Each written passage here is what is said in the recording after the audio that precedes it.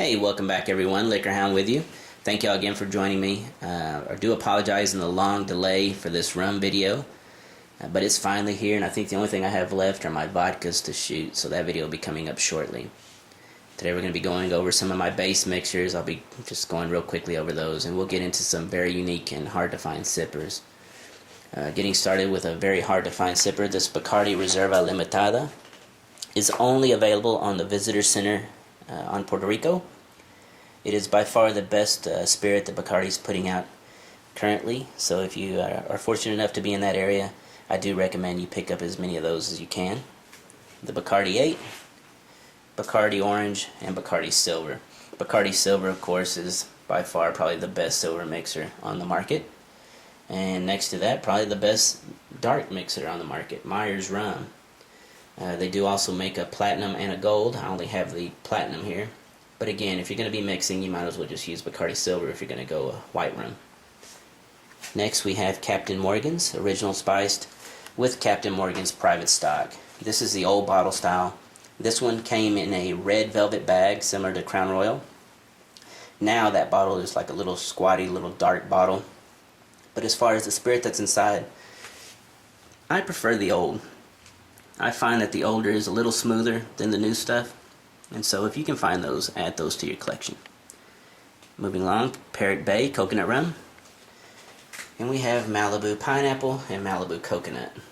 Behind that we have a Don Q Gold and Clement right there. Next we have Castillo Spiced Rum, just a plain Jane mixer, and Florida Cana 4-year-old and Florida Cana 7-year-old. Now, Florida Cana is a very famous rum producer, and they make very old bottlings. And I prefer actually to recommend you go above the 7-year-old. The 4 and 7 are good, but again, if the 4 and 7 are pretty much mixers, and if I was going to be mixing, I would just go with any other, Bacardi Gold, just anything. Ron Añejo Aniversario Pampero, great little rum, getting kind of hard to find. Usually priced at between $23 and $30. It's a little darker, it's a good sipper. Next we have 10 Cane. 10 Cane Rum makes some of the best mojitos. You'll find many cocktail lounges now using that for that. Next we have Porfidio. Porfidio Rum, while it comes in a beautiful bottle, I was very disappointed in the actual spirit. The flavor was very muddied, not good at all. Behind that we have Mojito Club. It's a discontinued bottle. It was a Cuban formula rum. Has a lot of that mint flavor to it. And we have Pritchards and Pritchards Crystal Rums. Pritchards is actually created here in the U.S. and he's quite the spirit producer. He makes small batch whiskey along with a small batch bourbon right now. I haven't tried his newest bourbon release, but I do have his old, and it is wonderful stuff. Next we have Kahlua Gold and Kahlua Dark.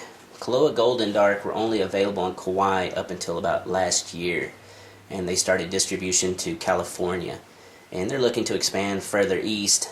The one thing I can say about Kahlua is it's a good mixer. It's not the best as far as sipping. Matter of fact, it's not even good sipping, and the reason because of that is they don't age it. So the dark isn't aged at all. It's basically the gold with just some color, a lot of vanilla, some spices, and that's how they get the dark. Supposedly within the next 2 weeks they're going to have a spiced rum come out. So I'm looking forward to that, see how good it is. Again, no, not sipping, just strictly mixing. Vizcaya VXOP. It's a very good, it's a Cuban formula rum. It's a decent sipper, not as complex as some. But if you do give that just a little splash of Coke, it really livens it up and makes it wonderful. Behind that we have Appletons. We have the Appleton Extra there, and the Appleton Reserve, and the Appleton 21. The Appleton rums are so unique in their flavor profiles amongst all the rest that I recommend adding those to your collection. The 21 is getting pretty hard to find, but if you have the means, I do suggest adding that to your collection. Santa Teresa 1796. That's a Solera processed rum, which basically is just a unique blending process that's used in wines and beers and a lot of rums. where you take barrels of different ages and slowly, kind of like a waterfall process of taking some out of one and putting it into the next oldest, and so on and so on until you get to the final barrel, and you basically bottle half of that barrel, and you just keep that process going. And we have Mount Gay 1703 and Mount Gay Extra Old. The 1703 back there usually runs about 100 to 120 a bottle, to whereas the Mount Gay Extra Old only runs maybe $30 to $35 a bottle. Both are excellent sippers. For the price, there's no way you can compete there. The Extra Old is by far the best value there.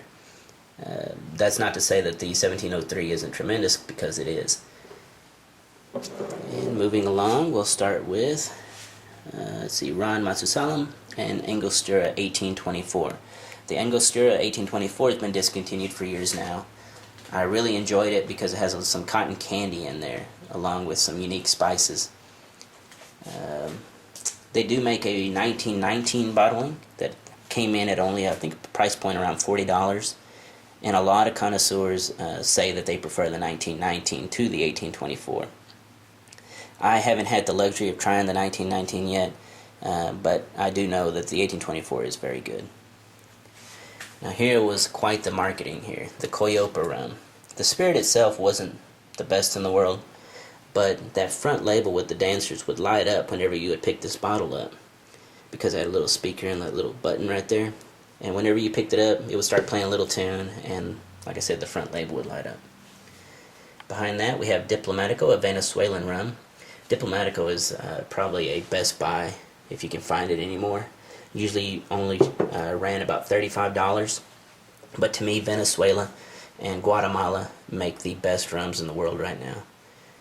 Speaking of Guatemalans, here we go with Zaya. This is an older bottle of Zaya. The old bottles were made in Guatemala. The new ones are now on shelves, are made in Trinidad. So collectors know that to look for those Guatemalans. If you're out there and you see them, grab them. At only about $30, $35 a bottle, they are extremely well worth it. It is pretty sweet, but it is great rum. Next to that, we have Ron Zacapa 23 in the old palm woven bottle, and Ron Zacapa Xo. Now, while the Ron Zacapas are still available, they're getting a little harder to find. And the Ron Zacapa Xo I have seen online priced anywhere between $50 and $200. The 23-year-old back there, the bottle nowadays is just a glass bottle. Matter of fact, it's pretty similar to this. On the neck, it has that little glass weave on it. Like I said, best rum on the market. Gran Blason, Añejo, followed by Myers Legend 10-year-old. Next we have RL Seals in the curved neck, and Ron Botran, another Solera rum. Which brings us to another rum that moved and changed. That would be the Pirate Rum line. Pirate Rum was originally produced by a small manufacturer in Anguilla, British West Indies, and was bought by Patron. And when Patron took them over, you can always tell if you look on the bottle. Oops, focus. Anyway, I'll show you on the next one. When you look on the bottle, it'll say a Patron Spirits Company. These two tall, slender bottles are their pistol rums, and these shorter, squattier bottles were their mid-level rums. The pistols usually ran about $20, and these Pirate XO Reserves usually ran about $50. As you can see, this one is Planter's Gold. This is the original bottle, and then when Patron took it over, they just tried to change it to Pirate. If you notice, if you turn it around, if you're not sure by looking at the front label, just turn it around. You'll see Patron Spirits on it. Now, Patron says that they never changed the recipe. Of course, if you just do a simple comparison by color, there's a huge difference in the recipe. The new Patron here is full of orange, and I get a lot of fake orange. That's the worst part about it. It's not like, Grand Marnier or anything. It's just really this artificial orange that's really horrible. But the Planter's Gold is full of molasses and dark chocolates and unique spices, and it's wonderful, wonderful stuff. So if you see the Planter's Gold, collectors know automatically. You see them, you grab them. Next we have the oldest ones. This is the Patron version of the Cask 1623. Comes in a nice little wooden box. And on the back again at the very bottom, Patron Spirits. The original was called Cask 23. And here's the Cask 23. Again with the medallion on the front. Wonderful, wonderful spirit. Comes, again, let's see, like that. Comes in a little wooden box. So, if you do happen to find the Pirate Rum, the old box, you definitely have to pick it up. You will never ever find a rum that is this unique. Matter of fact, this is a blend of some 40-year-old casks. So, there's no rum to me I've found on the market that has that age on their rums. So, anyway, that's it. Thank y'all for watching. Good luck out there in your hunting. And I'll see you soon on the vodka videos. Take care.